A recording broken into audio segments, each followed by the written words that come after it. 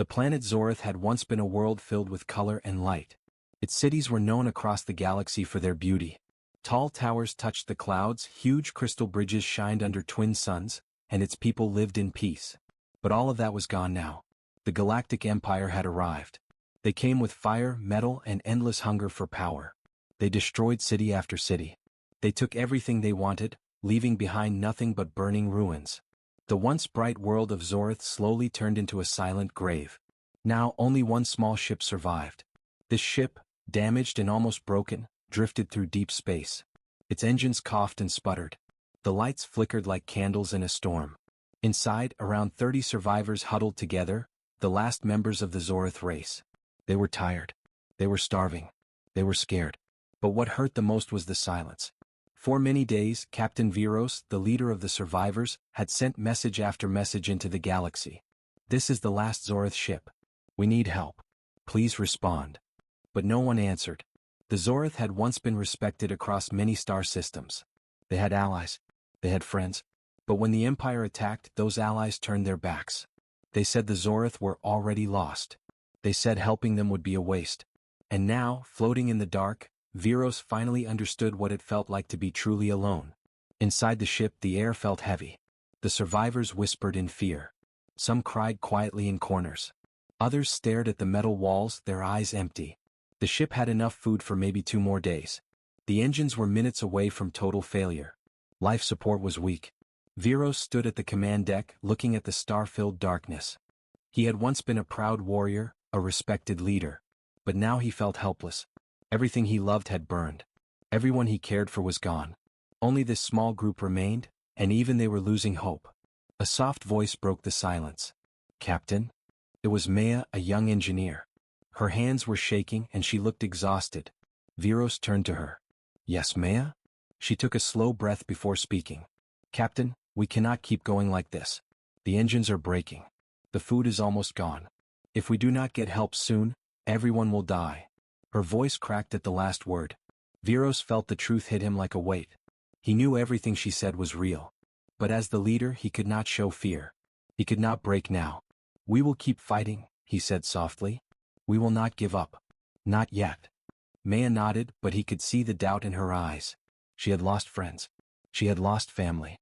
She had spent days trying to repair systems that refused to come back to life. Even her hope was fading. Hours passed. The ship floated through silence. No signals. No messages. Not a single sign of life. Some survivors asked if they should turn off the beacon to save power. Others whispered that maybe death would be easier than waiting. Captain Viros stayed awake, standing alone at the observation window. He remembered the voices of the children on Zorth. He remembered the colors of the twin suns. He remembered laughter. All gone. Now there was only darkness. Then something changed. A sudden sound cut through the command deck. Beep, beep, beep. Viros' eyes snapped open. Maya rushed in. Her heart was racing. Her hands were trembling as she moved to the control panel. "Captain," she gasped. "There's something on the radar." Viros stepped beside her. On the screen, a small dot appeared. A tiny light in the endless darkness. "What is it?" he asked. Maya pressed buttons quickly, scanning the object. She frowned, scanned again, then gasped. It's a ship," she whispered. "A real ship.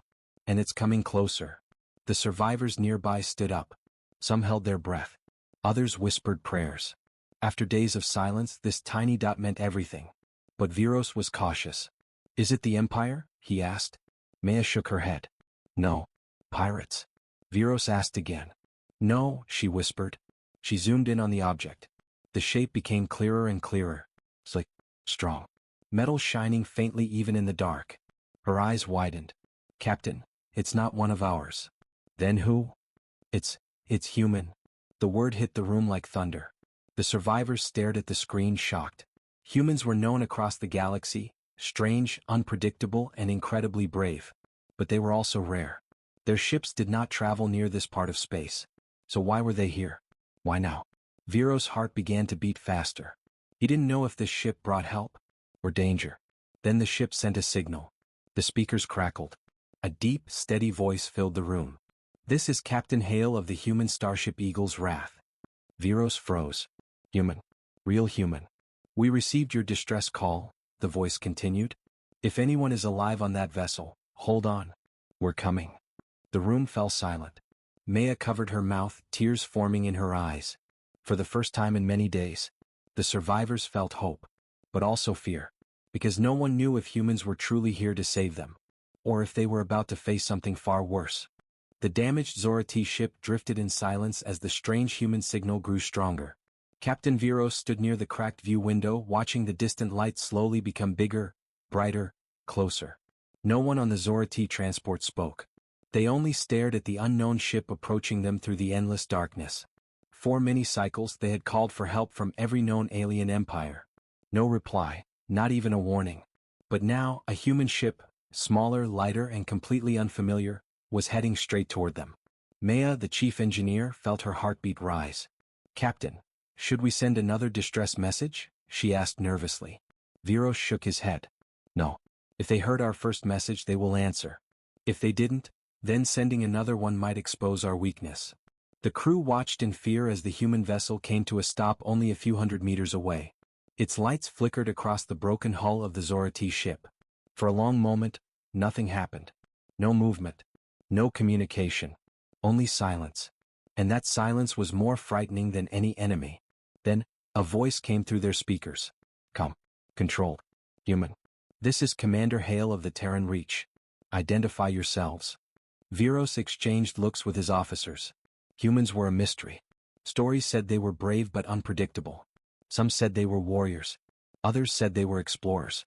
No one knew the truth. Viros stepped forward. "This is Captain Viros of the Zorati refuge vessel. Our planet has fallen. We carry civilians, wounded, starving, scared. We seek only help." A long pause followed. "Too long." Maya whispered, "Sir, are they deciding our fate right now?" Viros did not answer. He did not need to. Everyone felt the same heavy fear. Humans were not part of the great alliances. They lived on the edges of the galaxy, isolated, quiet, and impossible to understand. No one knew if they would help, or if they had their own reasons for coming. Finally, the human voice returned. "Captain Viros, prepare to receive a boarding party." The crew tensed instantly. Weapons were raised. Panic spread among the refugees. Maya's eyes widened. "Boarding party? What? We didn't ask them to come inside." Viros tried to stay calm. "Lower your weapons," he ordered softly. "If they wanted to destroy us, they could have done it already." Still, the fear did not leave the room. Moments later, the airlock lights flashed. A dock. A connection. A hiss of equalizing pressure. The final barrier between Zorati and humans slowly opened.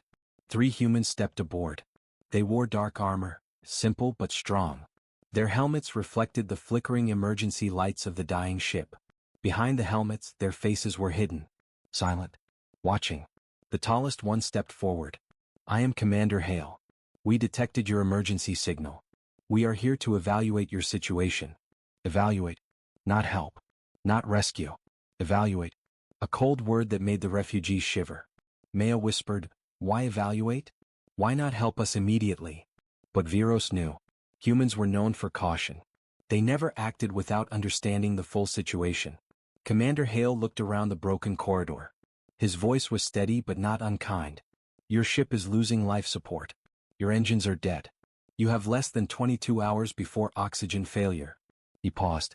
"We can assist, but there are things you must tell us first." Viros stepped forward. "Anything. Ask." Hale tilted his head slightly. "You said your planet was destroyed. By whom?" The question froze everyone. The Zorati survivors had been running since the attack, too afraid to even speak the enemy's name. Viros's voice cracked. "The Galactic Empire. The Crimson Dominion. They attacked without warning.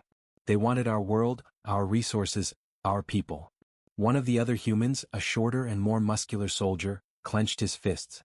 "They're expanding again," he muttered. "First the outer colonies, now independent worlds." Commander Hale watched Viros carefully. "Why would the Empire chase your ship across sectors? Are they afraid of something you carry?" Maya looked pale. "They didn't destroy us for resources. They destroyed us because of something we discovered." The humans grew still. "What discovery?" Hale asked. Viros hesitated. This was the moment everything changed. If he told humans the truth, they might help, or they might abandon the Zorati to avoid a war. But keeping the truth hidden was even more dangerous. He took a deep breath. In our final days, our scientists found something beneath the planet's core. Something ancient. Something alive. The lights flickered. The air felt heavier. Even the humans exchanged tense looks. Commander Hale's voice dropped lower. "What did you find?" Viros answered with a trembling voice. "An artifact. A living machine. A star-forged intelligence older than any known race. We believe the Empire wanted to claim it." Silence fell. Heavy. Unbreakable. Hale finally spoke. "Captain Viros, if this is true, your danger is far greater than you imagine." He stepped closer. "And now, your danger has become ours." The air inside the Zorati refuge ship grew cold after Viros revealed the truth. Commander Hale remained still, his helmet reflecting the dim red emergency lights. Behind him, his two soldiers shifted uneasily. They understood the weight of those words. A living machine. Ancient. Desired by the Empire. Humans did not scare easily, but this was different. Hale spoke quietly, almost like he did not want the ship to hear him. "Where is the artifact now?" Viros swallowed hard. His throat felt dry. "It is here. On this ship. Locked in our lower cargo bay." Even Maya, who already knew, felt a shiver travel down her spine. Saying it out loud made the danger feel twice as real. The muscular human soldier, Sergeant Rios, stepped forward. "You mean to tell us, you have a god-level alien machine sitting somewhere on your dying ship, and the Empire is willing to annihilate a planet to get it?" Maya nodded slowly. "That is exactly what happened." Rios cursed under his breath and glanced at Commander Hale, but Hale's voice stayed calm.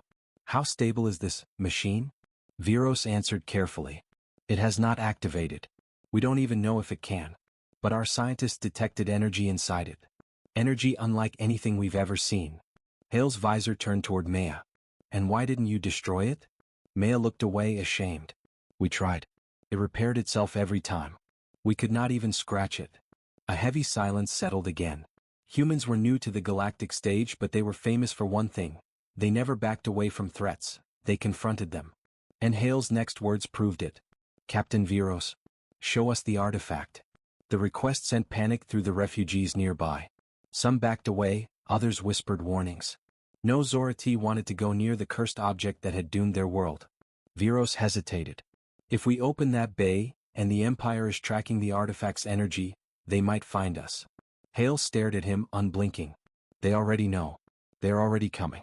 Better we understand what we're facing before they arrive." Maya closed her eyes. "They will kill us all." "But humans are here now," Viros murmured. "We have no choice." The descent to the cargo bay. The group moved through the dying ship's dark halls. Lights flickered. Air vents rattled. Every now and then, the hull groaned like something heavy pressed against it from the outside. Maya walked ahead with a small hand lamp. The light beam flicked across broken panels and cracked floors. Commander Hale and his soldiers followed, alert and silent. Viros felt his stomach tighten as they reached the lower deck. "This area has been sealed since the attack," he warned. Hale signaled to Rios. The sergeant stepped forward, placed a compact device on the door and activated it. A soft hum rose, then the airlock slid open with a long metallic groan. Darkness poured out like smoke. The temperature dropped. Everyone felt it. Maya whispered, "It's awake." "No," Viros corrected quickly, though even he sounded unsure. "It's just reacting." Hale raised his wrist light. "Proceed." The artifact revealed. Inside the bay was a massive metal sphere, floating inches above the floor. It was smooth, silver-black, and covered in thin glowing veins of shifting light. The patterns moved like they were alive, breathing, sensing, watching. Rio stepped back. "That thing is not dead." Hale moved closer, studying it. "What exactly does it do?" Viros shook his head. "We don't know. When our scientists touched it, it lit up. When the Empire arrived, it dimmed. It has rules, intentions, but we don't understand them." Maya added, "It feels like it chooses who can approach." Rio scoffed. "Machines don't choose." But before Hale could respond, something happened. The artifact pulsed. A deep, smooth vibration, like a heartbeat, shook through the cargo bay. The lights flickered. A whisper echoed, not in the air but inside their minds. "Presence detected." Maya gasped and held her head. Rios dropped to one knee. Viros staggered back. Only Commander Hale remained standing, though even he breathed harder. "What was that?" Viros cried. Maya stared in horror. It's communicating with us. Hale steadied himself. No. It wasn't speaking to all of us. He turned slowly, very slowly, toward the muscular soldier beside him. Rios, he said carefully. Did you hear something different? Rios looked pale. Sweat rolled down his forehead. It spoke my name, he whispered. It said, Human, you are unexpected. The artifact pulsed again. And this time the whisper was loud, clear, powerful. Humans? Key species identified. Everyone froze. Maya whispered, terrified. What does that mean? Hale stared at the sphere. His voice was calm, but his eyes held the weight of a new, terrible understanding. It means this machine was waiting for us. The cargo bay felt smaller now, like the metal walls had moved inward. The artifact floated silently, but its presence pressed deeply on everyone's thoughts. Its glowing veins shifted in new patterns, almost like it was studying the humans in front of it. Commander Hale kept his weapon lowered, yet every muscle in his body was tense. Rios, still pale, slowly rose to his feet. Viros and Maya stood frozen, fear choking their voices. The artifact pulsed again. Soft at first, then stronger. A voice echoed inside every mind present. Key species. Humanity, recognized. Maya grabbed Viros's arm, trembling. Is choosing humans. What? What makes them special? Viros had no answer, only fear. The two human soldiers exchanged looks. Rios shook his head. We're not special. We're not even part of the galactic community. Hale, however, remained silent and thoughtful. The artifact reacts. The glowing veins of the machine brightened suddenly, filling the cargo bay with silver-blue light. Everyone shielded their eyes. When the light dimmed again, the artifact began lowering itself toward the floor. A small panel on its surface unfolded with a smooth, metallic whisper. Inside the opening was something glowing like liquid starlight. Maya gasped. It's opening to them. Rio stepped back. No. I don't want anything to do with that thing. Commander Hale took one careful step forward. The artifact's light brightened again. Human Commander, evaluate. Hale froze. Evaluate what? Compatibility, potential, command. Maya whispered, horrified. It wants you to lead it. Rio stared at Hale, shocked. What does that mean? Let it where? For what? The artifact responded as if it heard him. War approaching, probability of survival. 0.08%, without human command. Viros felt a chill crawl down his spine. It knows about the Empire. It knows everything, Maya whispered. It's been watching. But the artifact was not finished. Empire fleet, inbound, estimated arrival, 7 hours. Everyone froze. 7 hours. The Empire was coming. And when they arrived, they would not leave survivors. Viros touched the wall for support. We cannot outrun them. Our engines are dead. We are finished. Rios growled in frustration. Hale, what do we do? We're 3 soldiers on a small ship. We can't fight an Imperial fleet. But Hale's gaze never left the artifact. The human analysis. Humans were known for one thing. They made decisions fast, and they made them with courage no other species understood. Hale took a slow breath. You said this thing is a living machine. Intelligent. Possibly a weapon. Maya nodded. Yes. But we have no idea what it can do. Hale turned to her. You said you tried to destroy it? Yes, more than once. And it repaired itself? Viros added. It was like it wanted to stay alive. Hale studied the sphere carefully. If the Empire wants it, then it is powerful. Too powerful to let them have it. The artifact pulsed warmly as if it understood. Human logic, aligned, choose command. Rios raised his voice. Commander, are you seriously thinking of accepting its offer? Hale did not blink. If it can help us survive, then we don't have a choice. But what if it controls you? Viros pressed. What if it replaces your mind? Maya nodded fearfully. You could become part of it. Hale stayed silent for several seconds. Then he spoke softly. Better to risk my mind, than let the Empire kill millions more. The Zorati refugees listening nearby began whispering. Some prayed. Some begged Viros to stop the humans. Others simply cried. But the artifact responded immediately to Hale's courage. The silver panel opened wider. Inside was a small, star-shaped device, pulsing with the same energy as the sphere. Touch to initiate human synchronization. Rios grabbed Hale's arm. Commander, don't. We don't know what this thing wants. Hale looked at him with calm eyes. We do know. It wants a human commander. And the Empire wants it. If we turn away, the galaxy falls with us. Rios clenched his teeth but released his grip. Maya whispered, "May the stars protect you." The decision. Hale stepped forward. The artifact brightened, casting blue light across his face. He reached out his hand, slowly, cautiously, and touched the star-shaped device. A shockwave of light burst outward, lifting Hale off the floor. His body glowed. His eyes widened. Energy poured into him like liquid fire. Rios shouted, "Hale?" Maya screamed, "Stop it. You're killing him." But the artifact's voice boomed inside every mind. Synchronization in progress, human physiology compatible, linking. Hale's scream echoed across the bay as the machine connected to him. Rios rushed forward, but an energy field threw him backward. Viros grabbed Maya and pulled her away as the artifact grew brighter and brighter, almost blinding. Then, suddenly, the light cut off. Hale dropped to the floor unconscious. The artifact slowly closed its panels again, now dimmer, calm, silent. Rios crawled to Hale's side, shaking him. "Hale? Commander. Talk to me." But before Hale opened his eyes, the artifact spoke one last time. Human commander selected, activation complete, prepare for war. The cargo bay was silent after Hale collapsed, silent except for the faint metallic hum pulsing from the artifact. Every Zora T in human stared at the unconscious commander with fear and confusion. Rios lifted Hale gently, checking his pulse. He's alive, but his heartbeat is strange. Too fast. Maya approached carefully. It's reacting to the machine. His body is changing, adapting. Viros stepped closer but did not dare touch Hale. What has it done to him? Before anyone could answer, the artifact pulsed again. Human commander, awakening soon, cognitive integration at 43%. Rios looked up sharply. Integration? What integration? What did you do to him? The artifact floated higher, its glowing veins shifting into new patterns. Human neural pathways expanded, memory acceleration initiated, instinct enhancement in progress. Maya covered her mouth in shock. It's rewriting him. Viros whispered, "No, it's improving him. Turning him into something else." Rios clenched his fists. So he's becoming what? A weapon. A puppet. The artifact responded immediately.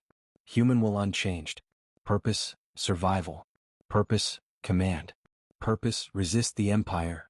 Its voice echoed like thunder across the bay. Hale awakes. Hale's fingers twitched. His back arched slightly. His eyes shot open. But they were not the same. Where blue once shone, now a faint silver glow pulsed beneath the surface, like tiny sparks of light moving within his pupils. He breathed heavily, then slowly sat up, supported by Rios. "Hale? Commander, can you hear me?" Rios asked softly.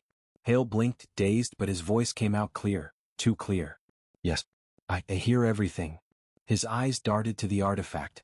"I can hear you." Rios's face drained of color. "You're linked to it?" Hale nodded slowly. "It's not controlling me. It's feeding information, updating my senses, expanding my thinking." Maya stared, stunned. "Do you feel different?" "Yes." Hale took a deeper breath. "Stronger. Faster. Aware of things I never noticed before." He pointed at a wall panel.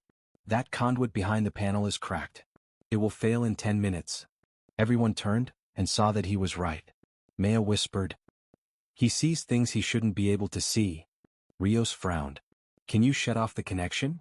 Hale shook his head. "No. And I don't think I want to. The artifact speaks a warning." The artifact lowered itself again, humming with a deeper tone. "Human commander, synchronization stable. Initiating tactical briefing." Lights flickered. The image of a star map projected in the air. A massive red signal blinked on the far side of the map. Empire fleet detected, destroyers, 14 cruisers, 3 dreadnought, 1 arrival, 6 hours 22 minutes. Gasps filled the room. Viros felt his knees weaken. That is a full hunting fleet. Maya grabbed his arm for support. They sent a dreadnought. For us.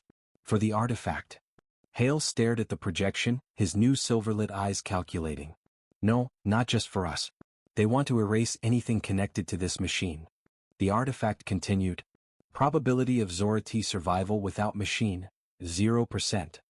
Probability of human team survival without machine, 0%. Probability of victory with machine, 38%, rising. Rios shook his head. That's still low. Too low. Hale stepped forward. No. It's enough. We fight. Viros blinked. You want to fight the Empire? With what? Our broken ship. Hale turned toward him slowly. With the machine. And with your ship. Maya frowned. But our ship cannot move. It cannot fire. It is dying. Hale raised one hand toward the artifact.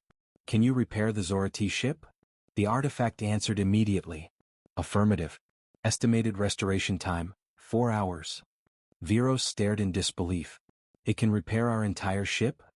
Maya felt tears form in her eyes. We could escape, we could live. But the artifact interrupted. Escape not recommended. Empire will pursue. Only strategic confrontation ensures survival. Rios stepped forward angrily. Confrontation? Are you telling us we must fight?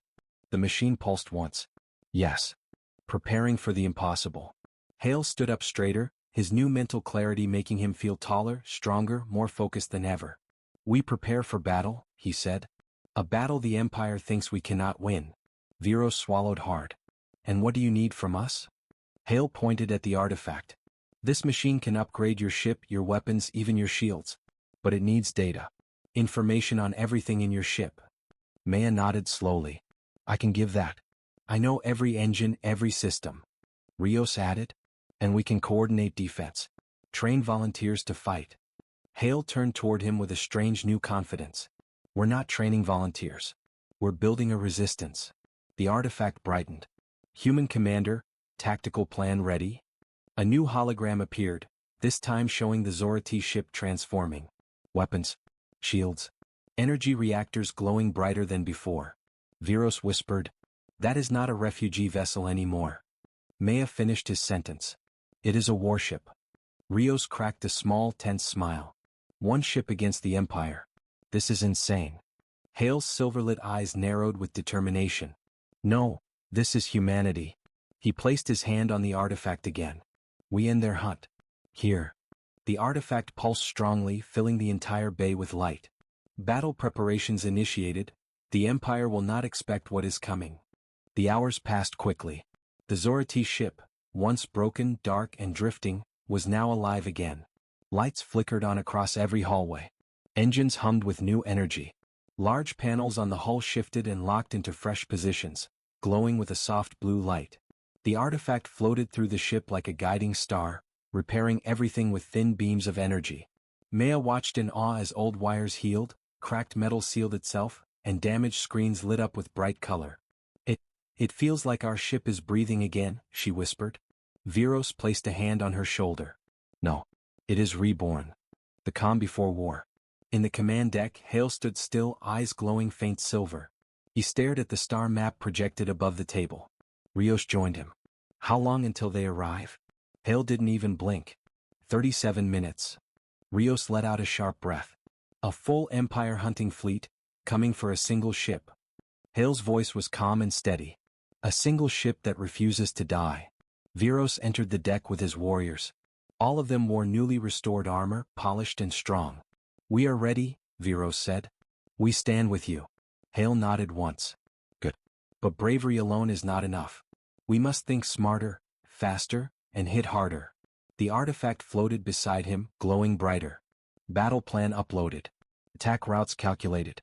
Weak points identified. Maya studied the hologram.